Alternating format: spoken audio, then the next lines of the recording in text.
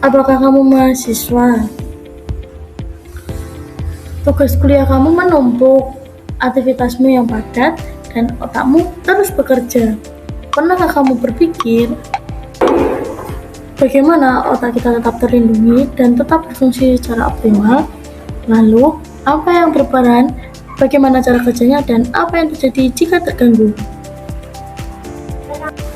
Halo, saya Emilia Olinda Riandau. Dan saya Naura Kamila. Kami dari Manajemen Informasi Kesehatan, jurusan Kesehatan Politeknik Negeri Jember. Yang pertama, apa itu cairan cerebrospinal?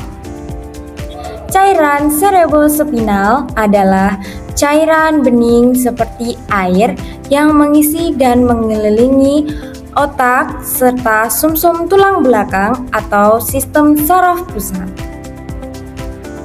Lalu, CSF berwarna jenis seperti air, tidak berbau, diproduksi terus sekitar 400-600 mili per hari, volume yang beredar setiap saat kurang lebih 150 mili.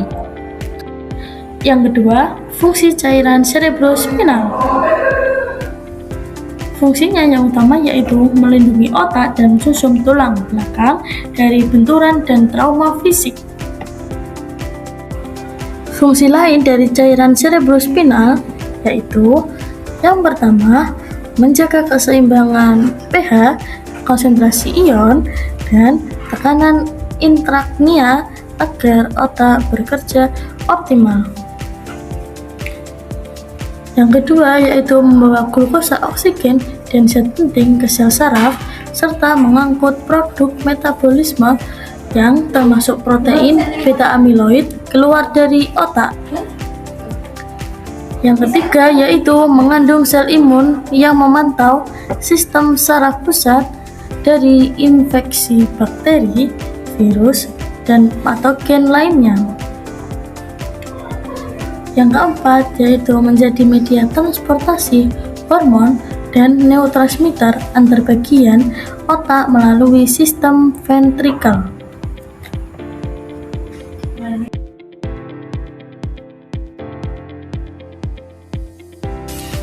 Tempat produksi CSF. CSF diproduksi terutama oleh plexus choroid, jaringan kapiler khusus yang melapisi dinding ventrikel otak. 1. Filtrasi pasif. Tekanan hidrostatik mendorong plasma darah melewati kapiler plexus choroid ke ventrikel. Yang kedua, sekresi aktif. Pompa ion secara aktif mengangkut ion melawan gradien konsentrasi, menghasilkan CSF yang komposisinya berbeda dari plasma darah. Rute aliran CSF. Yang pertama yaitu tempat produksi utama oleh plexus choroid di ventrikel lateral. Selanjutnya pintu masuk menuju ventrikel 2 atau foramen infraarticular atau Monroe. Selanjutnya rongga tengah otak di depan yaitu ventrikel 3. Lalu aqueductus cerebri yaitu saluran sempit menuju ventrikel 4 di batang otak. Lalu ventrikel 5 yaitu rongga antara batang otak dan cerebellum, yaitu keluar ke ruang suprarachnoid.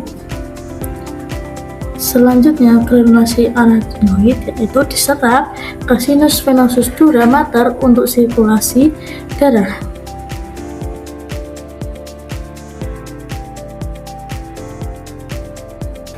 Selanjutnya yaitu jalur pembantu CSF.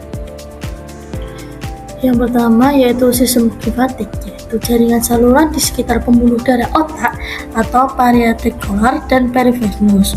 CSF masuk lewat ruang perilateral, membilas racun melalui parenkim, lalu keluar melewati ruang perivena dan aktif saat tidur. Selanjutnya, limfatik nasal, yaitu 20-50% CSF mengalir melalui selubung saraf olfaktorikus menuju kelenjar getah bening nasal jalur tambahan yang penting terutama saat granulasi aragonoid terganggu. Selanjutnya, plexus koroid, yaitu tonjolan membran anazoid yang menonjol ke sinus venosus dura mater, bekerja sebagai katup satu arah yang menyerap CSF ke dalam aliran vena, yaitu jalur reabsorpsi utama. Selanjutnya yaitu sel ependim, yaitu melapisi ventrikel dan berfungsi sebagai saringan tambahan dan mengatur pertukaran molekul antara CSF dan jaringan otak atau parenkim melalui difusi. Yang terakhir yaitu pereneural, yaitu CSF mengalir melalui selubung jaringan ikat di sistem saraf kranial dan saraf spinal menuju sistem limfatik perifer, yaitu berperan sebagai jalur drainase sekunder. Hubungan CSF dengan hidrosefalus, yaitu bila CSF tidak dapat mengalir atau diserap dengan normal, cairan menumpuk lalu ventrikel membesar dan menekan jaringan otak, yaitu hidrosefalus.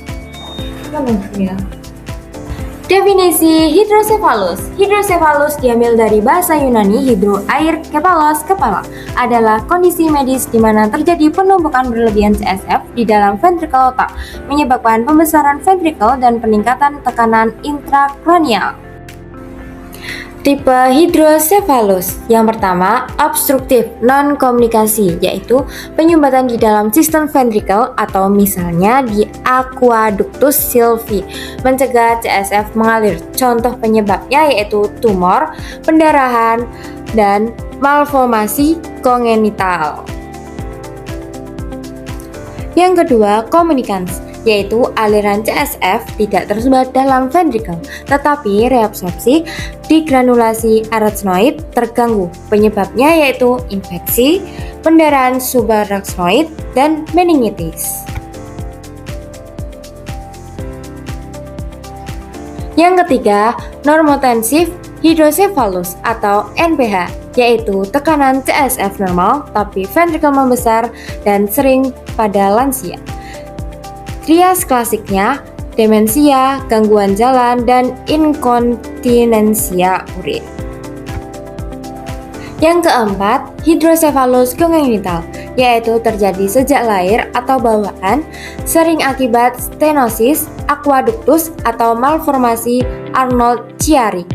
Ciri klinisnya yaitu kepala membesar cepat, fontanel tegang atau menonjol, pembuluh vena kulit kepala menonjol, sering rewel, muntah, kejang. Yang kelima, hidrosefalus ex fatuo, yaitu ventrikel membesar karena atrofi jaringan otak, yaitu bukan karena kelebihan CSF. Terjadi pada demensia berat dan cedera otak. Ciri khasnya, tidak ada peningkatan tekanan intrakranial, tidak membaik dengan pemasangan shunt, atrofi otak difus pada pencitraan. Gejala pada bayi, yang pertama, kepala membesar dengan cepat. Yang kedua, fontanel menonjol, yaitu ubun-ubun terasa kencang. Yang ketiga, satsetting, yaitu mata terpasang menatap ke bawah. Yang keempat, bayi rewel dan menangis. Yang kelima, yaitu mual dan muntah, terutama saat pagi hari. Yang keenam, yaitu mengantuk atau letargi, yaitu penurunan kesadaran. Setelah itu, gejala pada dewasa, yaitu yang pertama, sakit kepala hebat. Yang kedua, mual dan muntah proyektil. Yang ketiga, yaitu gangguan penglihatan dan penglihatan kabur. Yang keempat, gangguan kognitif atau sulit konsentrasi. Yang kelima yaitu gangguan keseimbangan saat berjalan. Yang keenam, inkontinensia urin atau kehilangan kontrol kandung kemih. Yang ketujuh yaitu kejang akibat iritasi korteks. Yang kedelapan, penurunan kesadaran, bisa jadi mengantuk secara berlebihan. Semoga penjelasan kami bisa membantu kalian belajar. Terima kasih telah menonton video kami.